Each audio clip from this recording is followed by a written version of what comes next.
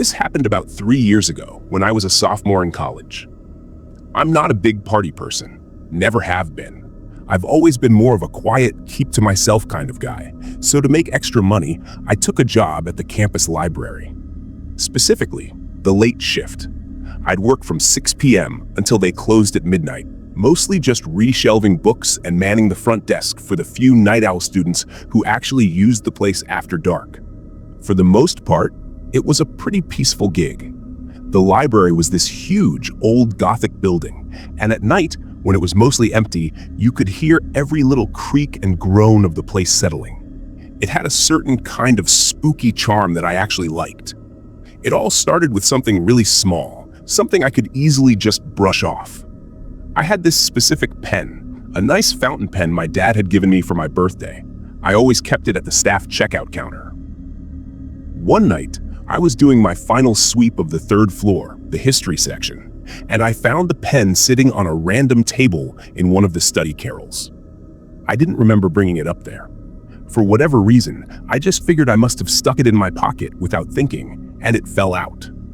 It didn't make any sense, but it was the only explanation, so I went with it.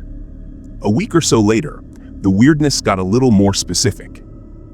I'd find little notes left on the counter for me when I came in for my shift. They were written on the library's scrap paper. The first one just said, "You look tired." I'd been pulling all-nighters for midterms. It was a little strange, but I figured it was maybe one of the morning shift librarians just making a dumb observation. Then the notes started getting more personal. "That's a cool band on your shirt," one said. Another one, and this is the one that really rubbed me the wrong way, was a comment about a phone call I'd had with my mom. I had taken the call in the staff break room, which is in a restricted area. The note said, "Hope your mom's dog feels better." That's when I started to feel a genuine sense of unease. I tried to think, who could have overheard me? There was this one student who was always in the library, pretty much every single night I worked. He was quiet, never caused any trouble, and he'd sit in the same spot on the second floor, surrounded by piles of books, right up until we closed. I'll call him Leo. I started watching him, and I felt like a creep for doing it. He never looked at me, never acknowledged me, just studied. I told myself I was being paranoid. I mean, what was I going to do? Accuse a guy of writing a harmless note just because he studied a lot? The rationalizations really started to fall apart a few days after that. I had a book checked out on my personal library account, just a novel I was reading for fun. I knew for a fact it was in my backpack, which I kept locked in my locker in the staff room. I went to leave one night, and the book was sitting in the overnight return slot. I stood there for a good minute, just staring at it. There was absolutely no way it should have been there. My locker was locked. My bag was zipped. That's when it hit me. Whoever this was, they had access to my things. They had to have a key, or they'd pick the lock. It was such a violation, and I couldn't explain it. I should have gone to campus security then, I know. But I felt like I had no real proof of anything. I'd sound crazy. Someone is returning my books for me and leaving me vague notes. It sounded like nothing, so I just tried to be more careful, more aware. I started checking my locker obsessively, looking over my shoulder when I walked through the stacks. The peace I used to feel in that quiet, empty building was completely gone. Now the silence just felt heavy, like it was hiding something. The point of no return came on a Tuesday night. It was dead quiet, maybe 3 other people in the entire 4-story building. I was in the basement, in the archives, sorting through some old periodicals. My phone buzzed. It was my sister. We were talking about plans for the upcoming holiday break, making jokes. It was a completely normal, private conversation. The next night, when I came in for my shift, there was a note on my keyboard. It was a single sentence, a direct quote from something my sister had said on that call. A stupid inside joke that no one else on the planet would understand. My blood ran cold. He was here. He had been in the archives, listening. The entire building suddenly felt like a trap. I instantly connected the dots. The pen, the notes, the book. It was all him. Leo. It had to be. He was the only constant.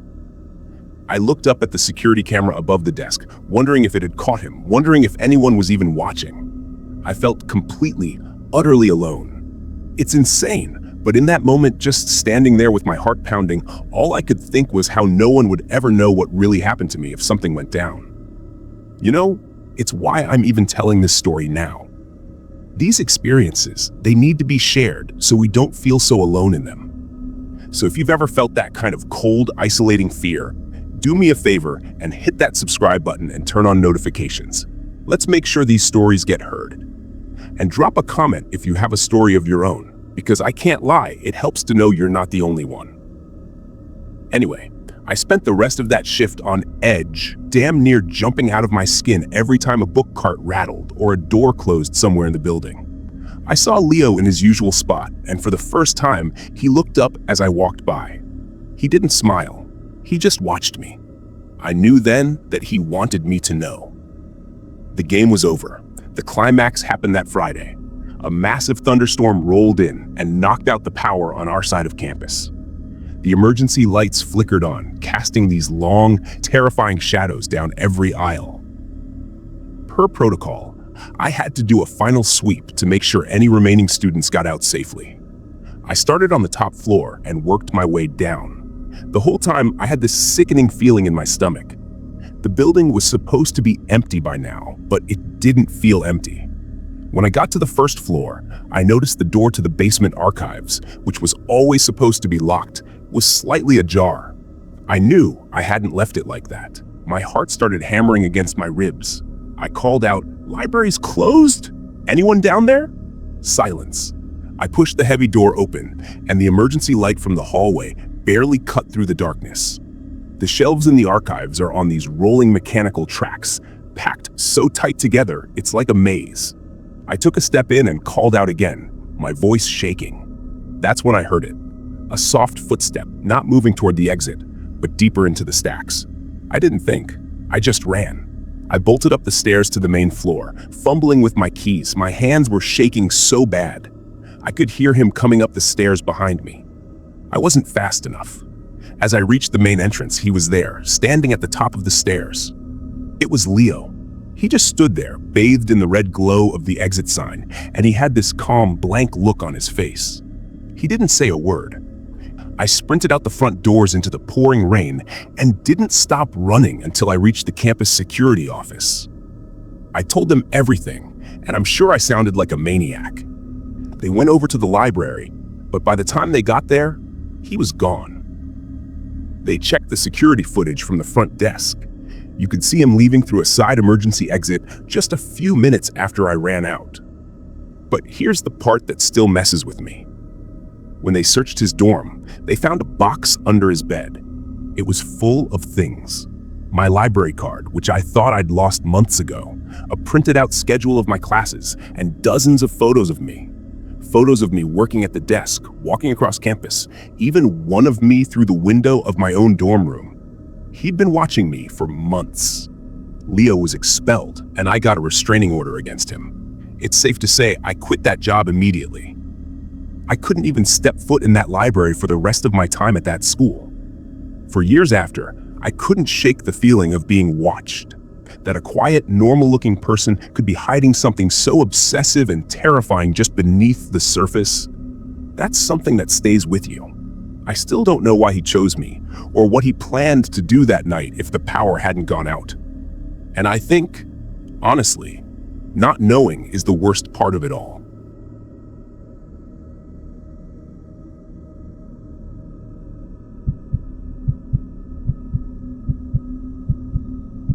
I was in my mid-20s when I moved into my first solo apartment. This was a pretty big deal for me.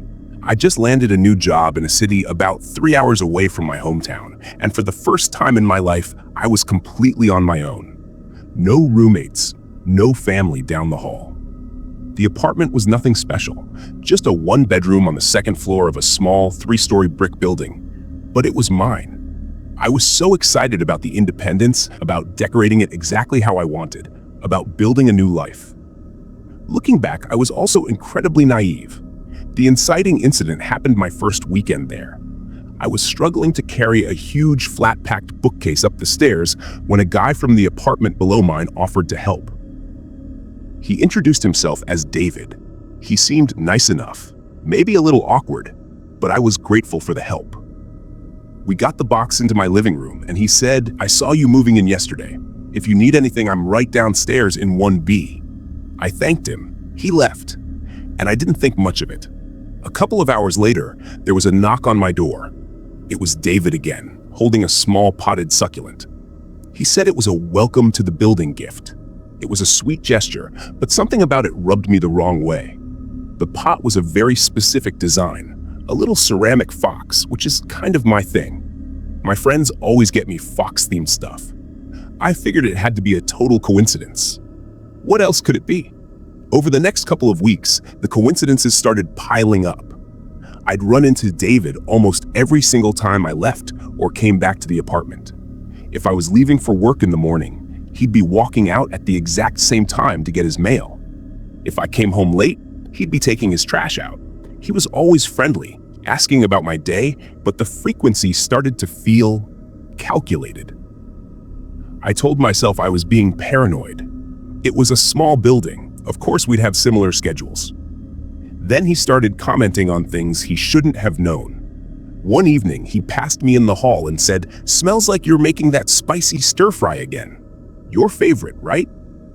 I had made a stir-fry a week earlier, and I'd mentioned on a phone call with my sister that it was my go-to comfort meal. I'd taken the call in my apartment with the windows closed. It didn't make any sense. I just gave a weak laugh and said I liked to cook, then hurried inside, my heart beating a little too fast. I started to wonder if the walls were just really thin, if he could just hear everything. The behavior escalated from there. I came home from work one day to find a single red rose lying on my doormat. No note. I knew it was from him. It freaked me out, but I also felt cornered. He was my neighbor. I didn't want to make things hostile. I just threw it away and hoped he'd get the message. He didn't.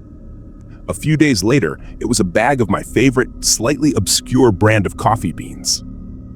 That's when it clicked.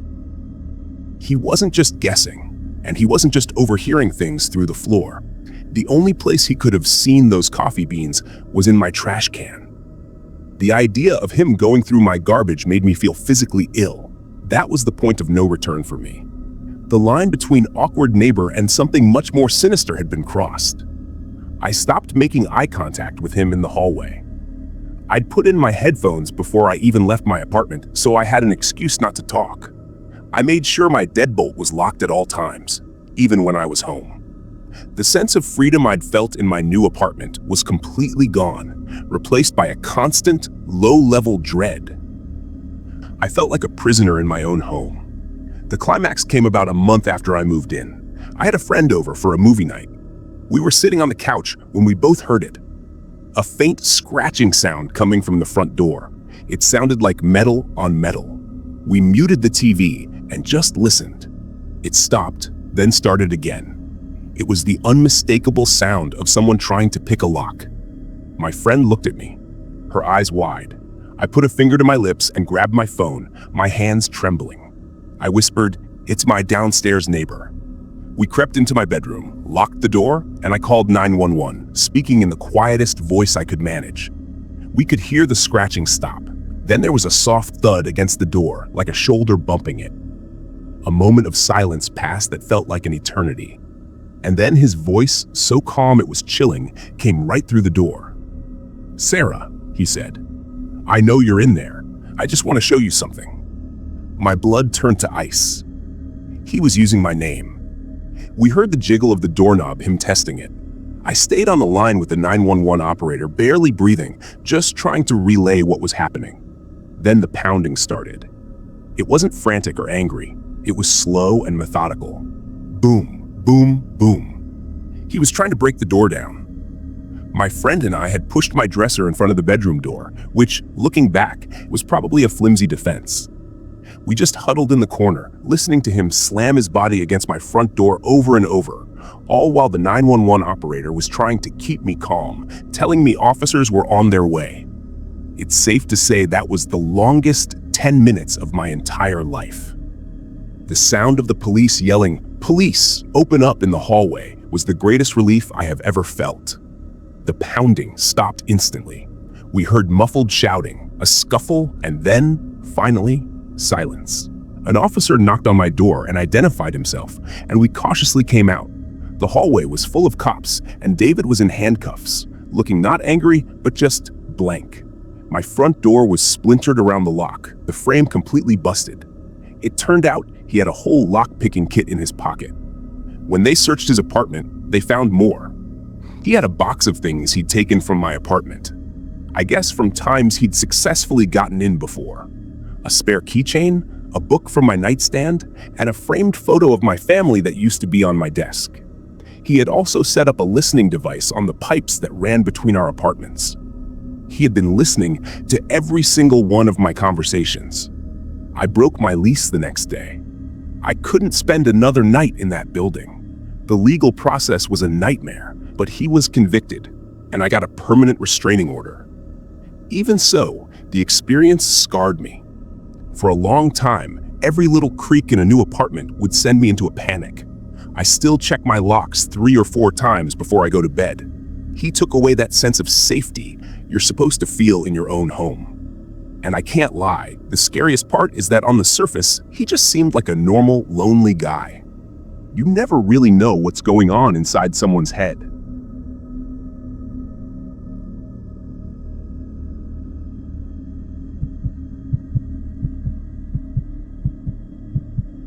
I want to stay as anonymous as possible with this. This was a very serious occurrence that happened at my first job out of college. And honestly, it scarred me in a way that's hard to explain. I'm changing all the names and specific details, so there's no way it gets traced back to me or the company. I'm a pretty reclusive person by nature. Most of my life, I've been a homebody, and the idea of working in a big, open-plan corporate office was honestly kind of intimidating. I was in my early 20s, and this was my first real job. I was eager to make a good impression, so I mostly kept my head down, did my work, and was polite but quiet. The office was on the 7th floor of a downtown high-rise, and my desk was in a cluster near the marketing department. This all started with a guy I'll call Kevin. He was older, maybe in his late 40s, and worked in a completely different department on the other side of the floor. I barely knew him, just the occasional nod in the break room. For whatever reason, he started making a point to walk past my desk every morning. The first time, he just smiled. The second time, he said, "Good morning." It was a small thing, something I could easily write off as a friendly colleague. I figured he was just being nice to the new girl. Then he started leaving things on my desk before I got in. The first time, it was a newspaper clipping about a company in our industry. It was vaguely relevant to my job, so I thought, okay, that's a little weird, but maybe he's just trying to be helpful. I sent him a quick thank you email. A week later, it was a cup of coffee. I drink the same kind every day, and it was sitting there, hot, exactly how I take it. That's when I started to feel a little uneasy. I tried to rationalize it. He must have seen me making it in the break room and was just doing something thoughtful. But it still rubbed me the wrong way. The escalation was slow, which made it even more unsettling. He'd send me emails during the day with links to random news articles or YouTube videos he thought I'd find funny. They were never inappropriate, just constant. It felt like he was trying to force a connection that I wasn't interested in. Then he started waiting by the elevators when I was packing up to leave. He'd say things like, "Oh, heading out? Me too. What a coincidence," and then ride down with me, trying to make small talk. I started deliberately working late or leaving early just to avoid him. The moment I knew this was something more than just an awkward coworker was after a phone call. I'd been having a really bad day, and my best friend called to cheer me up. I took the call in an empty conference room at the end of the hall for privacy. I was telling her about my weekend plans, that I was going to a specific small town a couple hours away to go hiking. No one else was around. The next morning, there was a printed out travel guide for that exact town sitting on my keyboard. My blood ran cold. It didn't make any sense.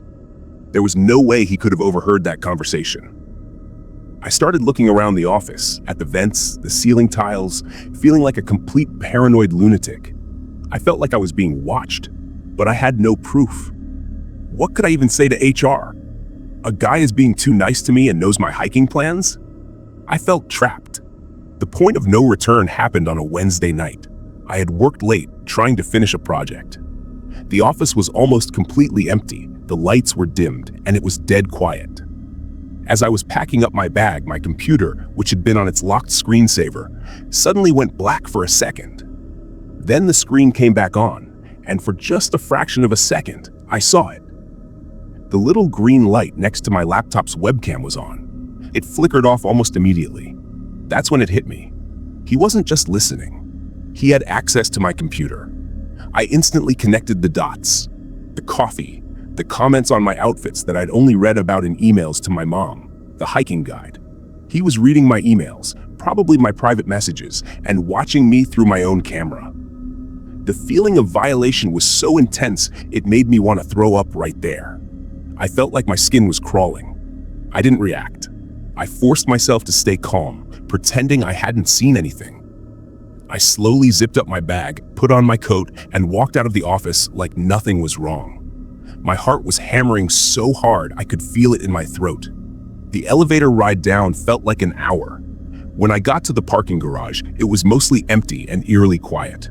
I fumbled in my purse for my keys, my hands shaking uncontrollably. That's when I heard the heavy door to the stairwell creak open. I didn't look back. I just ran. I sprinted to my car, my heels echoing in the huge concrete space. I could hear his footsteps behind me, much faster than a normal walking pace. I jammed the key in the lock, threw the door open, and slid inside, slamming the lock button just as his face appeared in my driver's side window. It was Kevin. He wasn't smiling. He just stared at me, his expression completely blank, and then he raised his hand and slowly, deliberately knocked on the glass. I screamed and slammed the car into reverse, peeling out of the spot so fast I damn near hit a concrete pillar. I didn't even look in the rearview mirror until I was out on the street. He was just standing there at the edge of the garage entrance, a dark figure watching me drive away. I didn't go home. I drove straight to a friend's house and had a complete meltdown. The next morning, I called my boss and HR and told them everything. I refused to set foot in that building again until something was done. To their credit, they took it very seriously. They had IT do a remote sweep of my laptop. They found a sophisticated piece of spyware installed on it, something that gave him full remote access. It had been on there for months. He'd installed it one day when I was away from my desk at lunch. He was fired immediately, escorted out by security. I filed a police report, and a restraining order was eventually put in place. But I can't lie, the damage was done. I quit that job a few months later. I couldn't shake the feeling of being watched, of someone being inside my private life without me even knowing. For years, I taped over the webcam on every laptop I owned. It's safe to say it permanently changed me. You spend your life trying to build boundaries and keep your private life private, and then someone can just walk through them with a few keystrokes. And the scariest part is, I still have no idea what he would have done if I hadn't seen that little green light. What was his endgame? I guess I'll never know.